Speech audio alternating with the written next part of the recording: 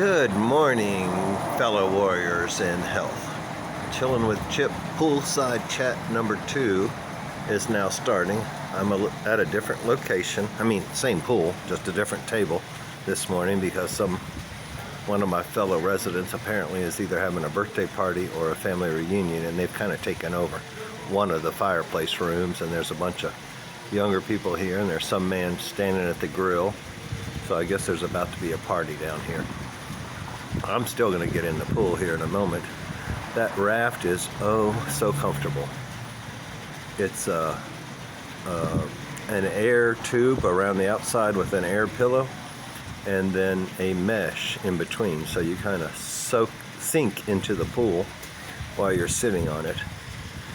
An update from yesterday, I did a little sample video for my followers in the CP59 Fit Facebook group to see if one of the fireplace rooms was bright enough to do a video, and they all sent back that it was, but a tripod might be a good idea. So an update from yesterday is that I have ordered what they call a gorilla or octopus tripod. It has flexible legs, so you can attach it to a tree, to a back of a chair, an arm of a chair, and it holds your camera or phone, so it has less motion when you're recording.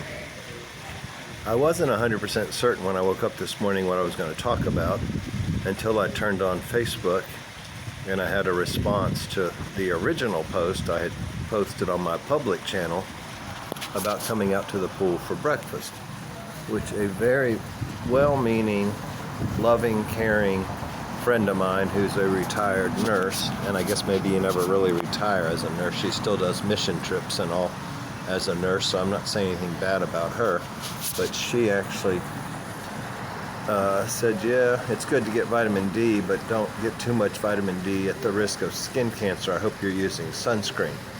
Which reminded me of the talk that Dr. Paul Mason had done from Australia about how he was reviewing a study from a Scandinavian country that looked at people that completely avoided the sun, people that had skin cancer, people that got in the sun a lot, and then overall length of life.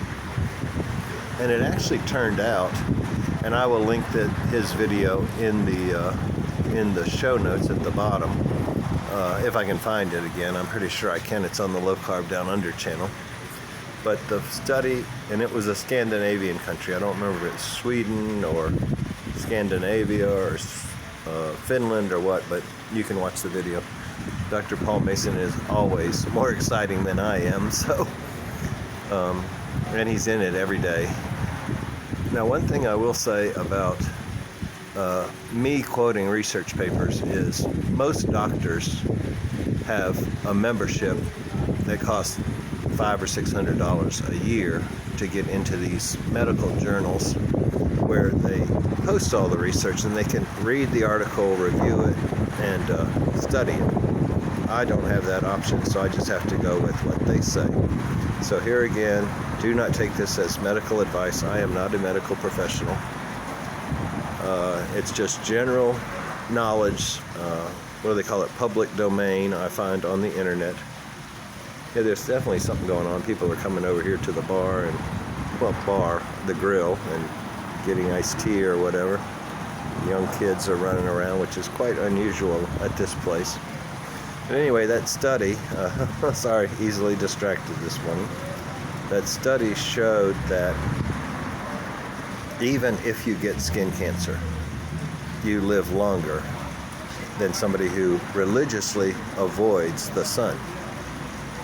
So I thanked the lady for her concern, and then said, but nope, I do not use skin cancer. I'm going to get as much sun as I can. And bear in mind, I have a little bit of American Indian in me, about 1/8 or 1/16 or something like that. So I tend to tan up nicely. Even if I get a little red one day, it's brown the next day. So I very rarely burn, and one of the things with skin cancer is you almost have to burn repeatedly to get skin cancer. But another thing Dr. Mason brought up was that Skin cancer rates have skyrocketed in, I guess, the world, maybe North America, I'm not sure. Remember, everything I say I'm basing from a North American perspective, specifically a United States perspective, and then maybe even more specifically a Texas perspective. And in Texas, even though it's very sunny, we don't often get in the sun. I probably had more pool time this year than I have in the previous 20-some years I lived in Texas. Although I would join a water park called Hurricane Harbor some summers when I lived closer to it. But then I found getting through security, getting the tickets to go, well, you had a season pass, but you still had to wait in these lines. It's an amusement park that's water-based. Had big slides, wave pools, all that, but just getting in and then finding a chair.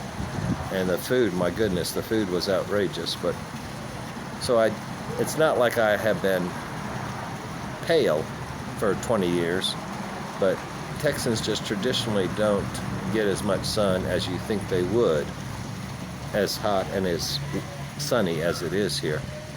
Sorry, there's so much other activity going on today. My eyes are darting all around every time somebody new walks in the gate, or they even have a baby over there in the crib and a little baby floater in the pool. So I'm about to wrap this up and get in the pool and see if it'll upload. They're using the area where I can get Wi-Fi, and no, I don't need the Wi-Fi to record. That's just on my phone. But when I transmit it, I either need to use cellular or Wi-Fi, and it goes a whole lot faster with Wi-Fi. And you might see the road out there in that other apartment complex across the street. That's I'm not sure exactly what it is. It's not senior living, that's for sure. It's Section 8 and Section 40 something other, so some sort of subsidized, which doesn't mean they're bad people, but apparently the neighborhood behind them is bad, as I actually heard some gunshots the other night when I was out here at the pool as the sun was setting, or maybe even after dark.